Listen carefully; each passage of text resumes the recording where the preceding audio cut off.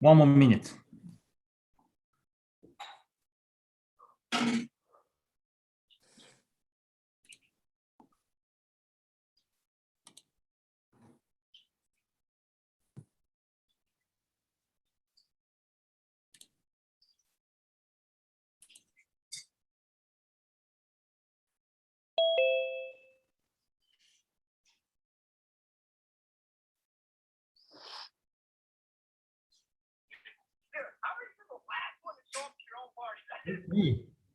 Can you mute? I think I'm going to start the class. Okay, so yeah, everyone. Okay, one more. Okay.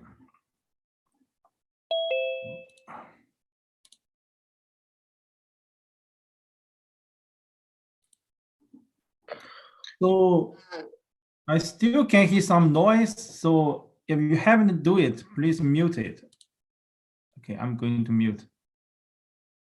Noah Moy, can you mute? Okay, so we are going to start, okay?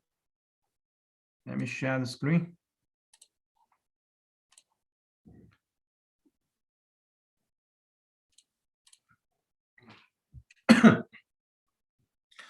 So I think in the last class, we talked about the conversion, right? So we have the general Moore balance equation, but that's actually not very convenient to use. You know, in the reaction, we always concern the conversion. So then the natural question is, can we derive the Moore balance equation in terms of conversion? Okay, so what is conversion? Conversion, for example, we have this. Wait a moment, still some people in the waiting room. Okay, for example, we have this kind of equation, right? It's a reaction. So if you want to define the conversion, normally you want to find the limiting species. For example, we have the limiting species A, then we can define the conversion as moles A reacted over the moles A fed. Okay, so with that we can derive the Moore balance in terms of conversion. So let's look at what we have now. Okay, so we have moles A remaining, right, equals A initially we fed minus A reacted. Now we already defined the conversion, right? So the A reacted, okay, that's equal to NA. If we have NA0, that's the initial, right? That's initial. And if we know the conversion, that's reacted, right? Of course, this here, this is initial minus. This is the remaining. NA is the remaining. Right, NA is the remaining. So we already know that what we have. So for the BR, for the Moore balance, right, we already derived. That is the change of the Moore equals to the reaction, right, or the generation, because there is no inlet and outlet, right? No inlet and outlet. And then what we are going to do, because we want to derive the Moore balance in terms of conversion, right? So let's use this equation, right? Okay, input to the general Moore balance equation. Then what we have? So NA0 minus NA0 x dt, right? That's equal to NA0 dx dt. Capital X is a conversion, okay? That's RAV. So you can see, so this is actually the more variance in terms of the conversion. Okay, it's simple, right? So the logic is, we still start from the general more balance. However, we want to use the conversion to express NA. Okay, NA. So this is actually from the definition of the conversion, right? This is from definition of conversion. And then, okay. So let's write like this way: dx dt, right? We have minus RA. What's I have? Okay. RAV, yeah, RAV, and divided by NA0, right? So we can integrate this, okay? So we can integrate from for the x from 0 to x, okay? So that is actually minus NA0 by RAV to x. And for t, we from 0 to t, so dt. So eventually, what do we have? So we can get to the time, okay? Get the time, NA0. So this time is for if you want to achieve the conversion, okay? If you want to achieve the conversion to x.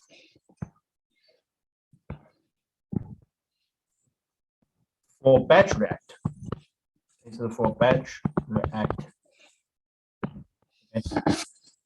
So if you want to achieve a conversion x, okay, you need a time t. Okay, so simple. Okay, so the key is still how to derive the more balance for the in terms of conversion. Okay, so let's take a look at CSTR. Okay, CSTR. So the same thing. We have general equation. So for the CSTR, it's a flow system. So we always consider steady state SS. Okay. Some student ask why I always assign dNA dt to 0, because this is steady state. Okay. We always consider the steady state condition, okay, for the flow system. So we know CSTR is a well-mixed system. So we already know the general Moore balance, right? So the volume equal to FA0 minus FA, right? So, right. So I mean, for the general equation is what we have. We have RA dV, right? Because this dV is uniform, so it equals to RA. Okay, RAV. So it's the same thing. So what we are going to do, so we will use FA from the definition of the conversion, right? FA equal to FA0, the initial, minus reacted. How much reacted? That's your initial times the conversion. Okay. So if we put this FA back to the general more balanced equation, so what we have? So what we have, V equal to FA minus FA0 plus FA. Right.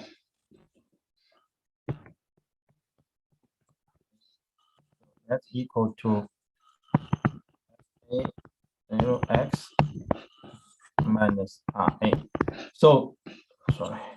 So that is actually what that means. That means if you want to reach conversion X, you need the reactive volume V for the CSTR, right?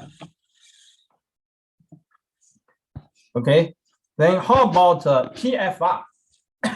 So PFR. So same thing, okay? For the PFR, let's write down the, let's write down the same general equation, okay? Same general equation. We have dFA dV. So this FA changes with the location, you know, it's not union. Equal to RA, equal to RA.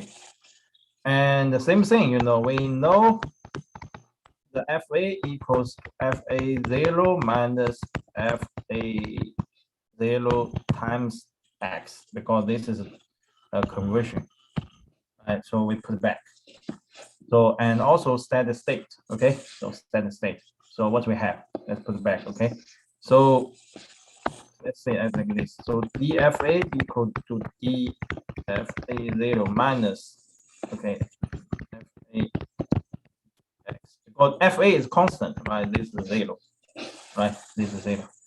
So that means FA X B equal to RA. And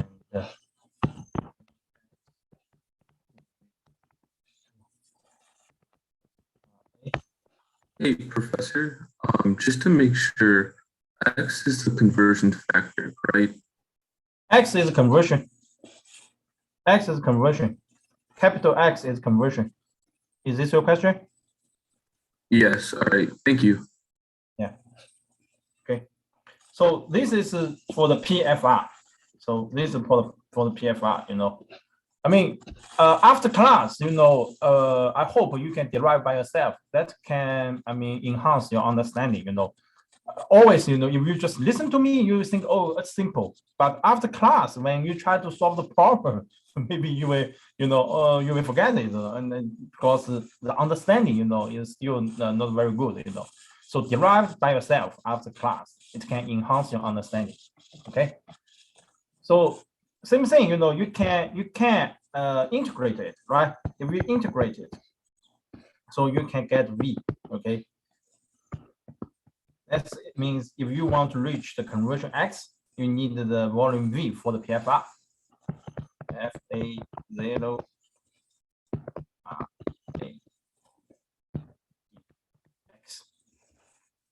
X. Okay. So this is for PFR. So let's take a look at this equation. Okay. Take a look at this equation. Professor. Yes. Why is DFA 0 equal to 0? FA is a constant. Okay, that's what I thought. I just want to double check.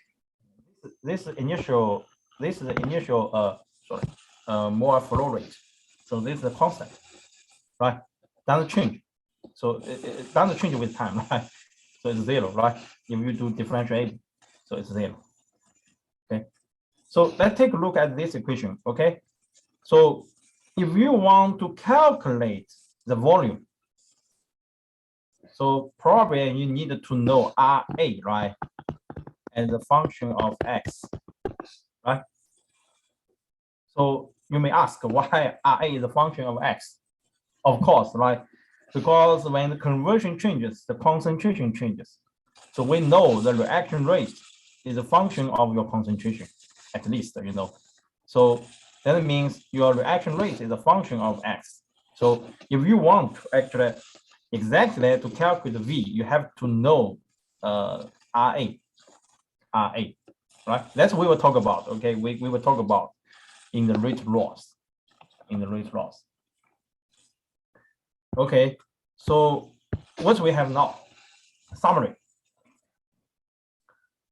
Now we derive the more balances in terms of conversion. Okay, in terms of conversion. So this slide, the second slide, you need to derive by yourself, and hopefully you can remember it. Okay. If you don't remember, it's fine. Just derive by yourself. But if you take a look at here, you know, you can find some common things here. You know, they have actually a very common thing for this equation. You know, for example, it can help you memorize it. Okay, so for example, NADT, what that mean? This actually is identical to the Moore flow rate, right? Then the same thing here. So you can move dV there. So actually the equation is identical, right? But some is, because changing with the volume, you know, you cannot, it's not constant, you know, so you cannot take out. But actually they have the same form of equation, right? The same form of equation. But again, if you want to understand it better, I would suggest you derive by yourself after class. Okay. Okay. So we are here now. Okay.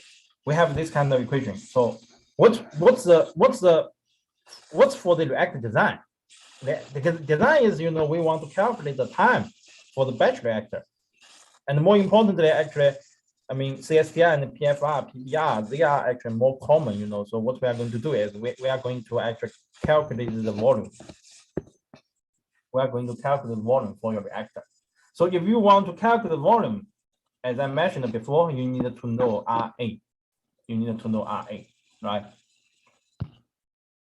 So what we are going to do, you know, so actually, if you want to solve this differentiate or some algebraic equation, you know, we need to know RA as a function of conversion. If we know that, then we can use a Levenspiel plot to calculate the size of your reactor. Okay, the size of your reactor. So we have two ways, you know. One is we directly we will plot RA was conversion. So why is a reciprocal of RA? So let's go back here. You see here, right? That's why we use the reciprocal of RA. Okay, and more frequently, you know, we will also plot like this. FA0 over RA in terms of X. So why? Again, you know, take a look at the Moore balance equation, right? So this is a term, you know, we want to use this term. We want to use this term, right? If we, so for example, if we know, okay, this is a function.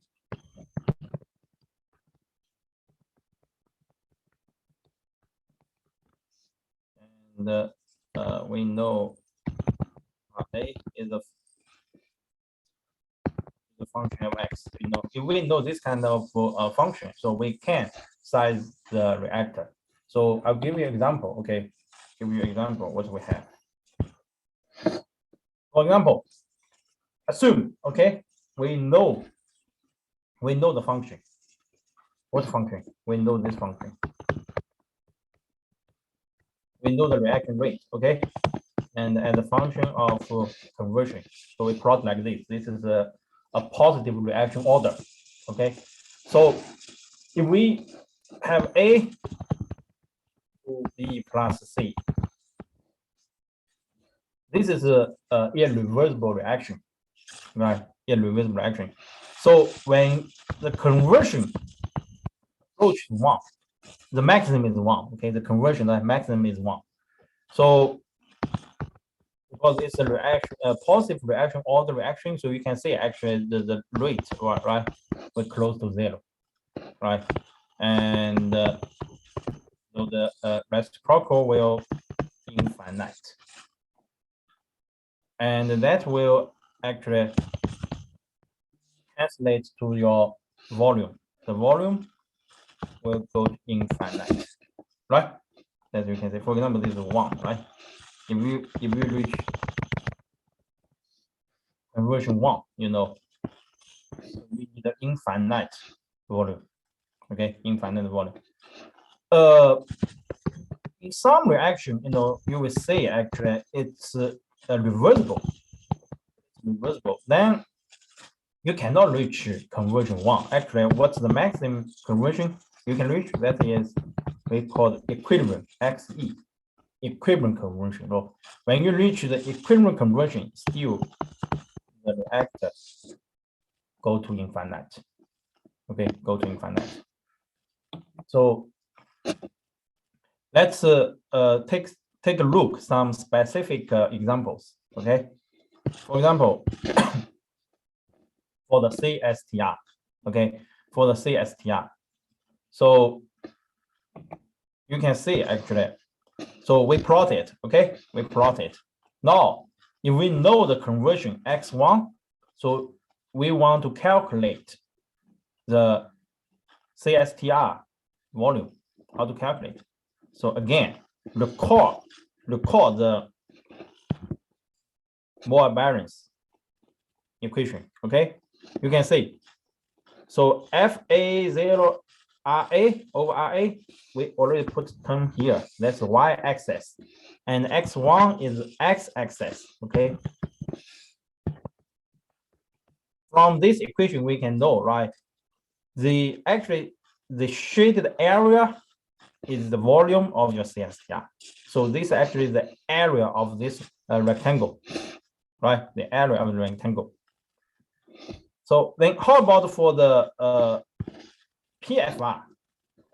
PFR, you take a look here. So this actually, it's an integrating form, right? So again, you know, we have y-axis here, you know, it's a function of Tx, you know, so this is the y, okay, this is x. So integrating, that means actually is the area of the under the curve, right? Is this area on the curve, this is the volume of your PFR, right? So for this, do you have any question? Okay, that's, I think this on easy to understand, right? So this is shaded area. So if you compare them, right? For example, if we want to reach the same conversion and assume, okay, the reaction order is positive, that means with the conversion increases, your reaction decreases. Okay, so you can say, okay, for the CSTR, you have the rectangle area, and for the PFR, you have the area under the curve. Of course, PFR, the volume of PFR is more than the volume of CSTR, right? For the same conversion. This is a good point to remember. Okay, if this is a sorry, if this is a positive reaction order, normally PFR is more efficient. Okay, PFR is more efficient. So actually, you will actually, you know, how to calculate, you know, the area under the curve. Right now, actually, we have a lot of software, right? Can do this work for us. But what's the basis for this numerical evaluation? You know, for example, you can, here is the example. You know, we can use 3 points method.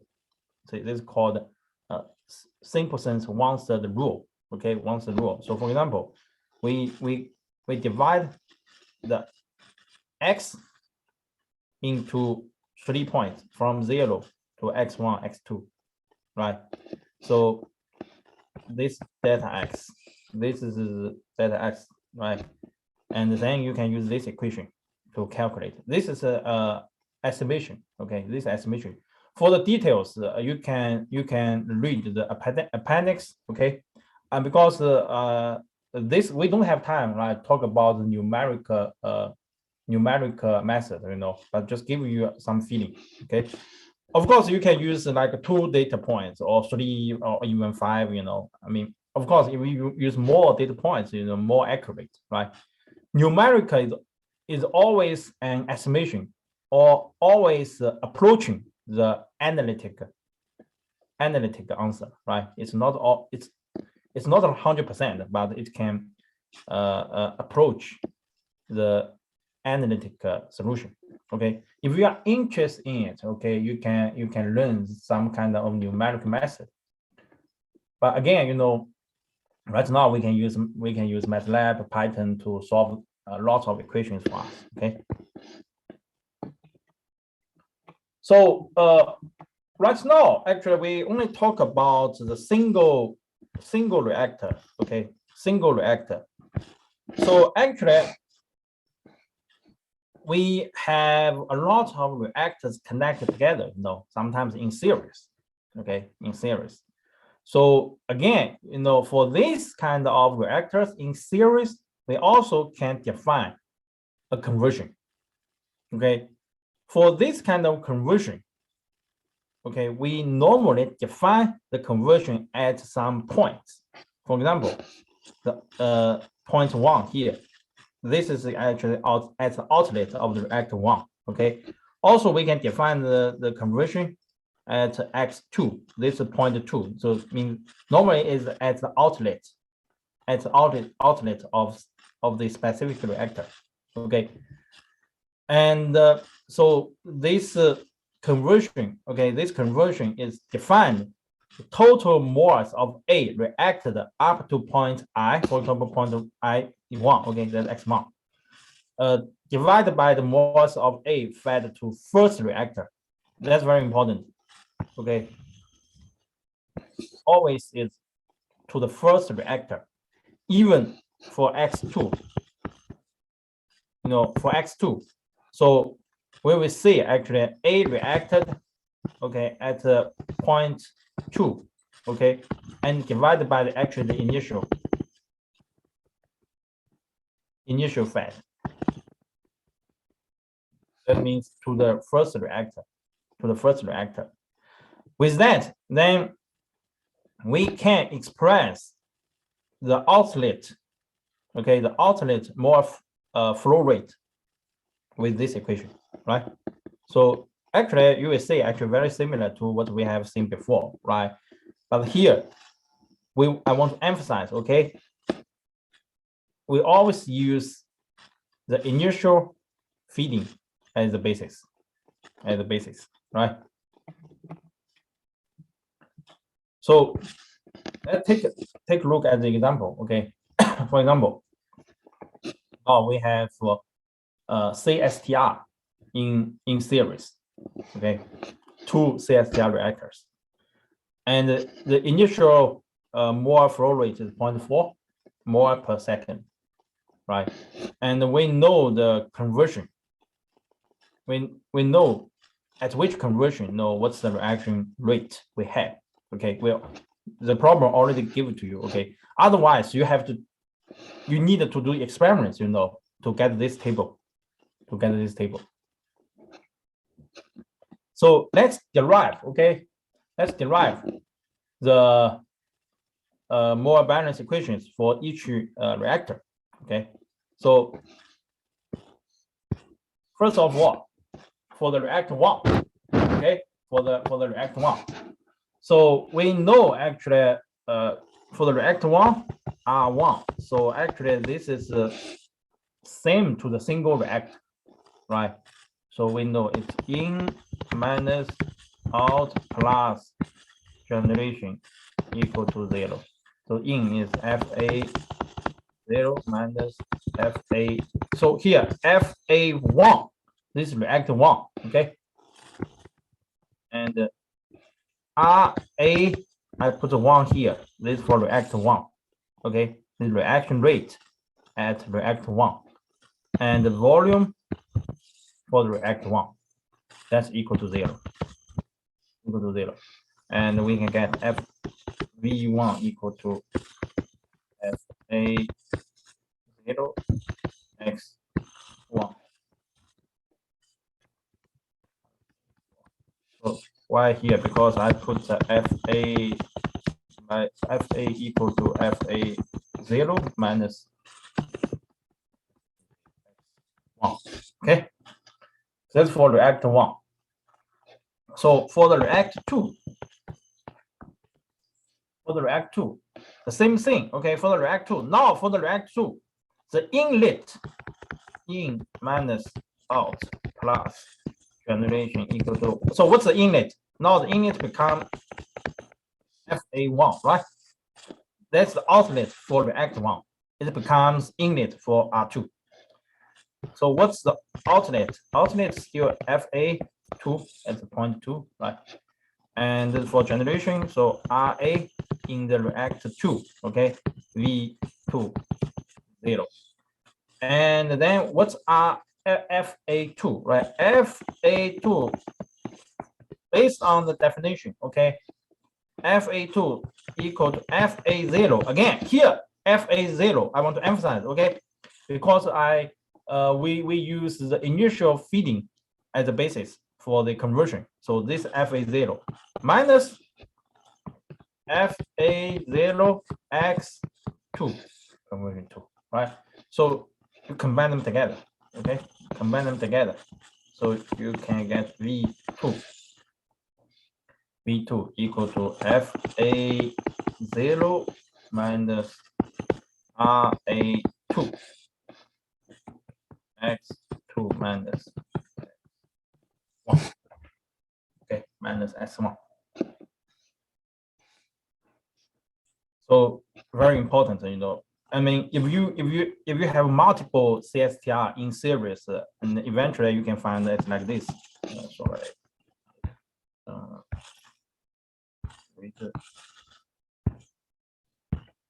So for the VI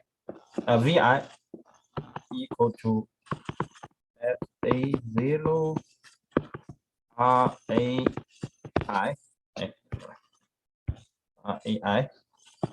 and this is XI minus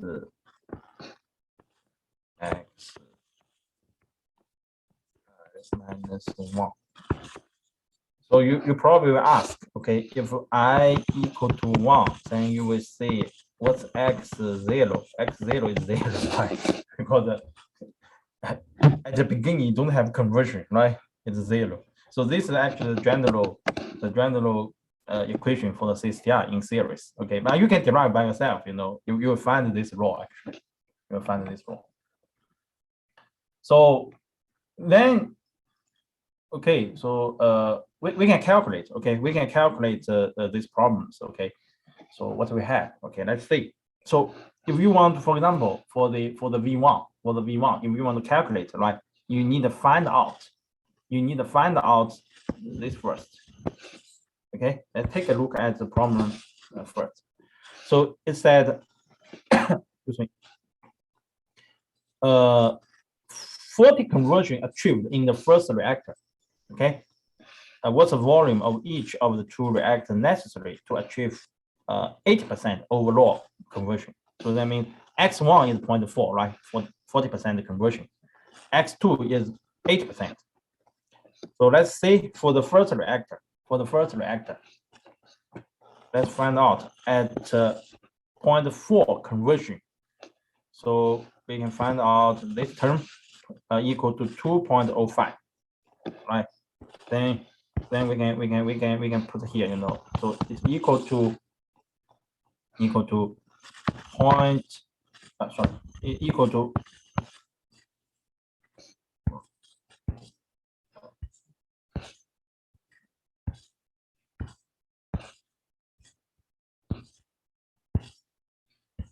it's equal to 2.205, right? 05 centimeter, and times 0.4, right? At conversion 0.4. So you can calculate. And for V2, then we need to find out. Okay, for this V2. We need to find out this term as well. So let's take a look. So this term is at 0.8, right? 0.8. We have 8. Okay. So here, so same thing here. So here at 0.8 conversion, right? We have 8 cubic meter, and times this 0.8 minus 0.4. right? Then equal to 3.2 cubic. And it's equal to 3,200 estimate. Right. So you need to find out the right term, okay, at a specific conversion. That's very important. Okay, don't be confused. Okay. Okay. So actually, we can plot it. Actually, we can plot it. You know, we can plot it like this way. So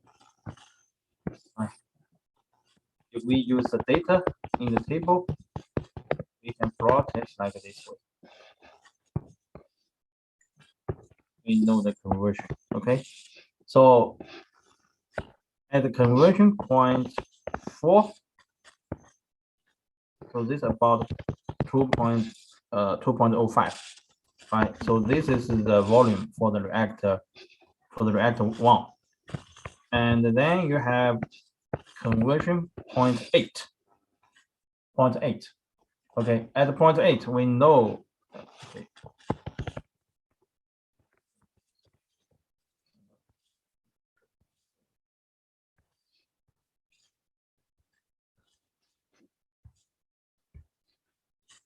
So it's not in scale, sorry, so I don't draw it very well. So actually this 8, right, we can find in the table, right? It's 8.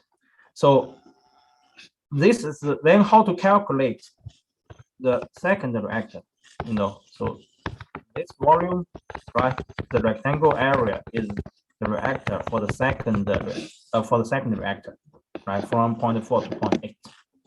Okay, so total, you can add them together. That's total. Right. So another question, right? So if we have one CSTR, okay, one CSTR, and then if we want to still to achieve 80% conversion, what's the total reactor we have, right? So you can calculate, right? So FA0 minus FR for only one reactor, okay? You can calculate, you know, at 0.8 conversion, this is 8, right? Cubic meter, and times 8, 0.8, then it's 6.4 cubic meter. So what I mean, actually, that's the area, you know, if you only have one reactor, you know, so you still need to add this empty area together. So from this example, you can see actually, if you have 2 CSTR reactors in series, right, you need a smaller total volume than 1 CSTR, right, than 1 CSTR. So what will happen, you know, if we have multiple CSTR reactors? That means, you know, it approaches 1 PFR. Okay, so in other words, you know, for example, this is a PFR. Okay, this is a PFR. We can divide 1 PFR into multiple CSTRs in series. For example, in this image, we divide this PFR into 5 CSTRs in series, right? And then you can see each. This V1 to V5. This is the volume for each CSTR, But if you have multiple or infinite, okay, infinite CSTR, then you can, for example, right, you can imagine actually. So, and here, you know, you can imagine, you know, for example, you have a lot of, okay, infinite. That means the area of the CSTR will approach, actually, I mean the area under this curve, right? Under this curve. So eventually means this is approach to the PFR, right? So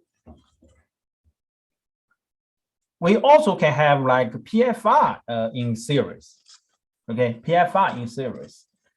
But that is not help much, you know, actually. So take a look, okay.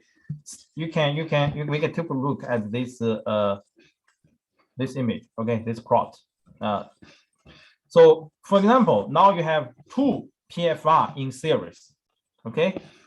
So again, the first reactor conversion is 0.4, and the second, the total conversion is 0.8. So if you want to calculate the volume, okay, so we know it's the area under the curve, okay. So two PFR in series, you just add the area together, right? You will find it's identical to one PFR, right? You say, take a look at this equation here, right? Because if you integrate from 0 to 1.8, we always can divide the two regions, right? You can first integrate from 1 to 0.4, then 0.4 to 0.8, and the answer is the same. So what does it mean? It means that if you have PFR in series, okay, the volume, the total volume is identical to one PFR. So I mean, it's not necessary. It's not necessary to do a PFR in series, right? But CSPR, it does save your volume. Okay. Let's see. Okay, we still have time. Okay, so now let's solve a problem. Okay, let's solve a problem. So we have an isomerization of built-in reaction. Okay, it was carried out diabatically in the liquid phase. So means it's not isosomal. It's not isosomal. Okay, the data for this reversible reaction are given in table. So you can see we already have this reaction rate data. Okay, and the initial molar flow rate is 50 kilomole per of. Okay, so we have three reactors in series. One is the first reactor is CSTR, and the conversion is 0.2. The second reactor is PFR, okay, and the overall conversion is 0.6. And the third reactor is CSTR, and the final conversion is 0.65. Okay, 0.65. So let's calculate the volume for each reactor. Okay, for each reactor. So before do that, you have two ways actually. You have two ways. One is just use the Moore balance equation, right? And the second, you will use the Spivindle plot. Okay, but I would recommend still you need to convert the raw data to the Spindle plot data. So what that mean? So I like put another row here. So we know FA0, right? And at each conversion, we know the reaction rate. Then we can calculate this term, FA over RA, okay? So let's calculate, okay? I already calculated, so let me just pull out the data.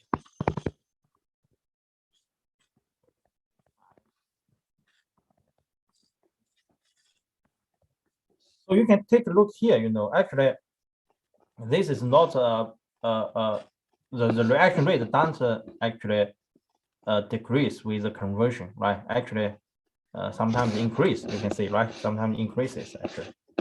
So if you plot it, okay,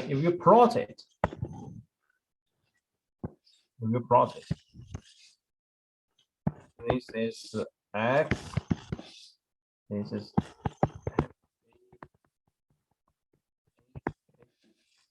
you can use software, okay? You can use the software to plot it. So like this, right? First decrease. Oh, sorry.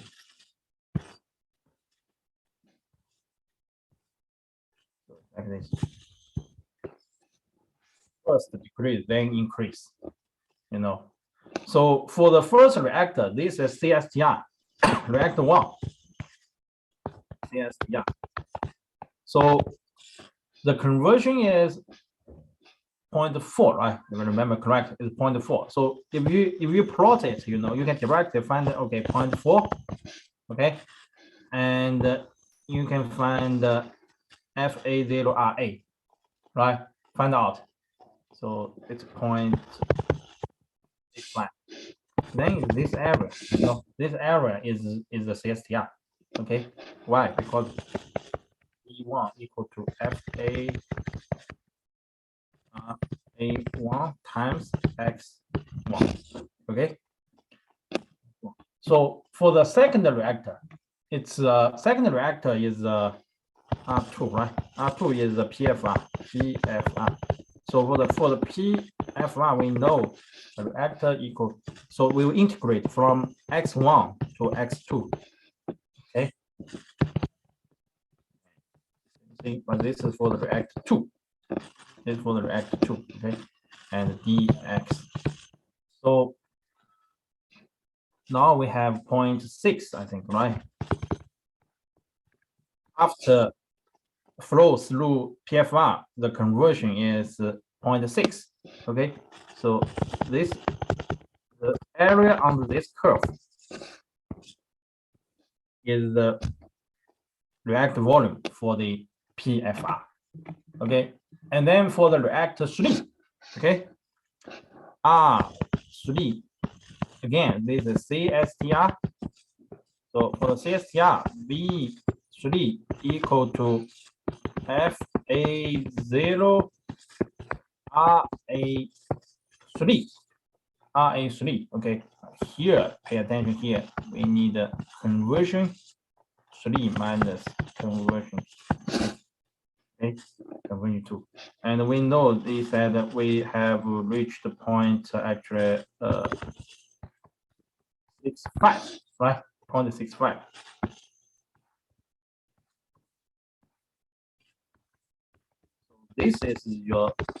This is actually the volume of reactor 3 CSTR, okay. So you put them together, we say look like this, right? V1, V2, V3, V1 and V3 CSTR, V2 PFR, okay, PFR. So any question? Any questions so far? Okay, good. Okay, so I think so far actually we have done the more balance in terms of conversion.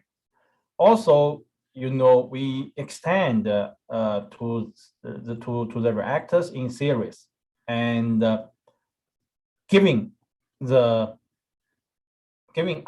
as a function of conversion, we can size your reactor, right? We can size the reactor.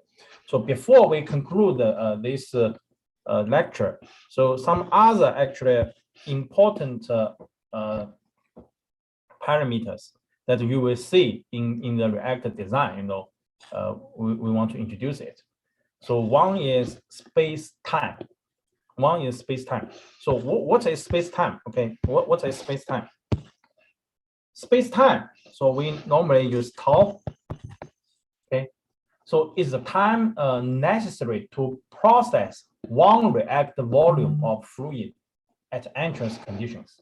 So simply, you know, that means tau equal to V. V is your reactor volume divided by your volumetric flow rate. This is the volumetric. Volumetric flow rate. Okay, volumetric flow rate. So for the PFR, okay, Okay, so we normally use P. The P means PFR. Okay, volumetric flow rate. So we know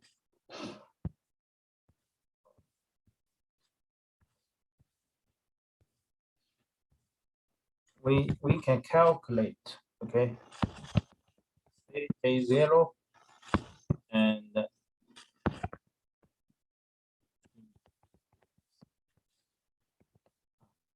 this from the more balanced equation, right? From more balanced equation. And for the CSTR, so tau equal to still V. Okay, and what's V? V we know it's CA0, right?